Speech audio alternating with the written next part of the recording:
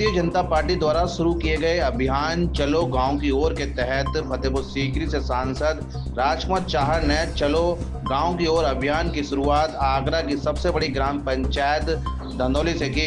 ग्राम पंचायत प्रधानपति लोकेश पिप्पल के तत्वाधान में सांसद राजकुमार चाहर का स्वागत सम्मान कार्यक्रम आयोजित किया गया।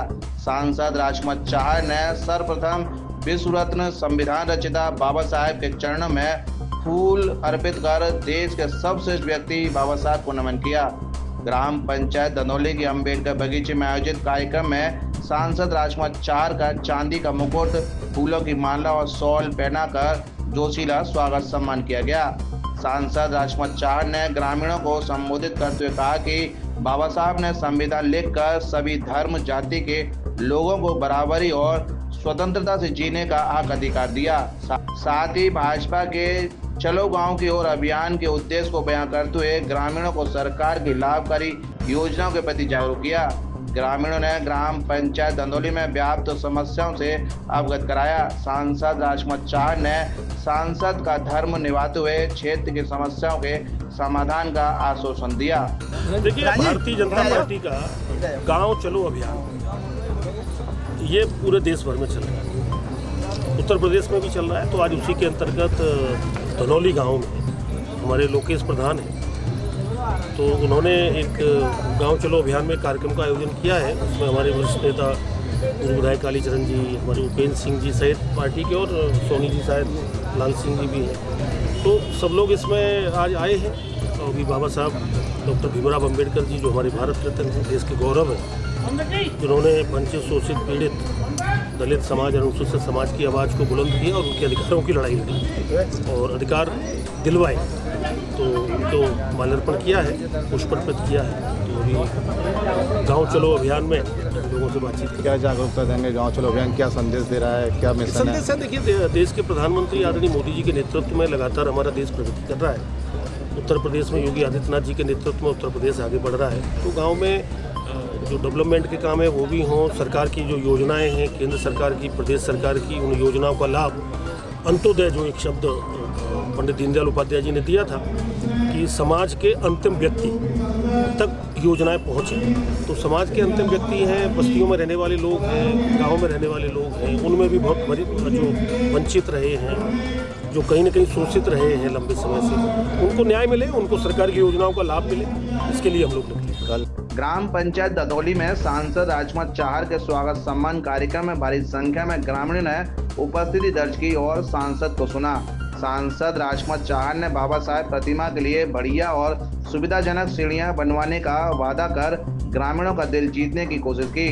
करणी सेना द्वारा मचाए गए उत्पाद और सोशल मीडिया पर फैलाई जा रही भ्रामक धमकियों और 12 अप्रैल को होने वाली करणी सेना के सम्मेलन को लेकर सांसद राजकुमार चाहर ने कहा कि महापुरुष कोई भी हो, उसका अपमान करना नहीं चाहिए। अप्रत्यक्ष रूप से सपा राज्यसभा सांसद रामजीलाल सुमन को समाजवादी पार्टी के हाथों की कठपुतली बताया।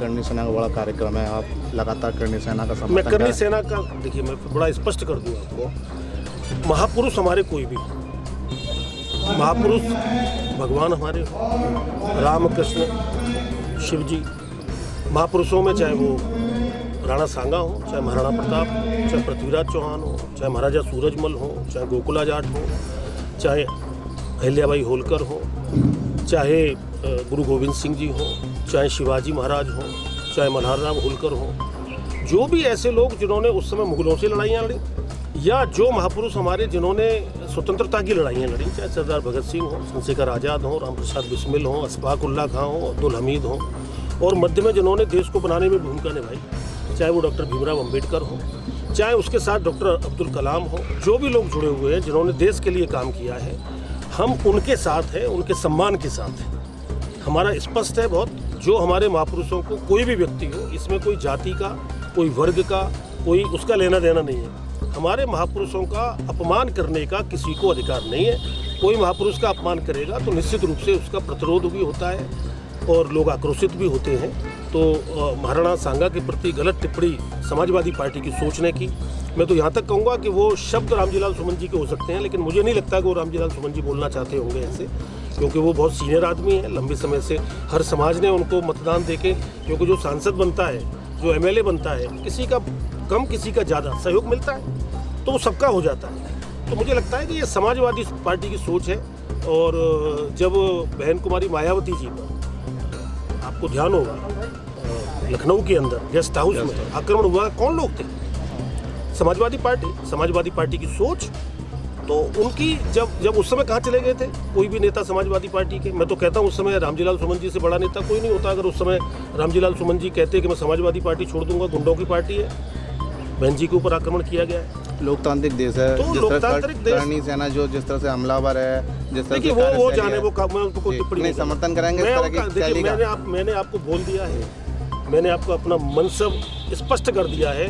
कोई भी हमारे महापुरुषों को गाली देगा, राजकुमार चाहर भारतीय जनता पार्टी सबसे पहले आगे आकर अपने महापुरुषों की रक्षा, उनके मान और सम्मान की लड़ाई लड़ेंगे। ग्राम पंचायत ददौली में सांसद राजकुमार चाहर ने ग्रामीणों को आगाह किया कि आपके पास वोट की सबसे बड़ी शक्ति है।